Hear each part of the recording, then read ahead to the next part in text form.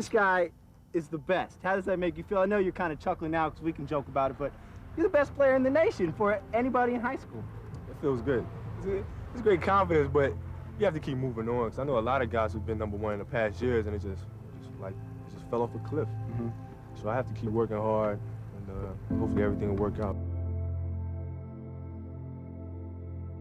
I think the best way to prove your value is to work, is to learn, is to absorb, to be a sponge. Right? But you always want to outwork your potential. You know, as hard as you believe you can work harder than that. So I'm going to continue to work hard, and we as a team are going to continue to work hard as an organization the same way. We continue to push and push until we get back to that top. You start with, what do you want your game to be? What would make your game most unstoppable or hard to deal with? And now you work backwards from there. And you start building it one piece at a time, one move at a time, one counter at a time. So we used to have an All-American camp that I used to go to. And at the time, when I first showed, I was a sophomore. And one of the things I would do is, while everybody would be at the cafeteria eating and doing all sorts of stuff, I'd just go back to the gym.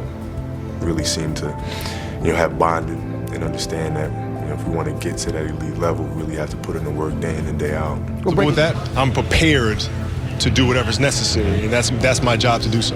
My parents were great. Growing up, they instilled in me the importance of imagination, of curiosity, and understanding that, okay, if you want to accomplish something, I'm not just going to sit here and say, yes, you can do whatever you want. Yes, you can, but you have to also put in the work to get there, right? How would you describe your dedication to the sport even back then? Well, I tried to find a balance, right? I tried to do both. I had a great deal of energy. So if there was a school party going on or something like that, I'd play basketball for a few hours. I'd do what I had to do and have fun doing it, and then I'd go to the party. And I'd show up and I'd have a good time, have fun, and I'd be up at 5 o'clock in the morning, working out and training the next day. So I try to do both. I understand there's different levels of focus and commitment to a craft. I get that completely. If guys want to go out and have a good time, I get that completely.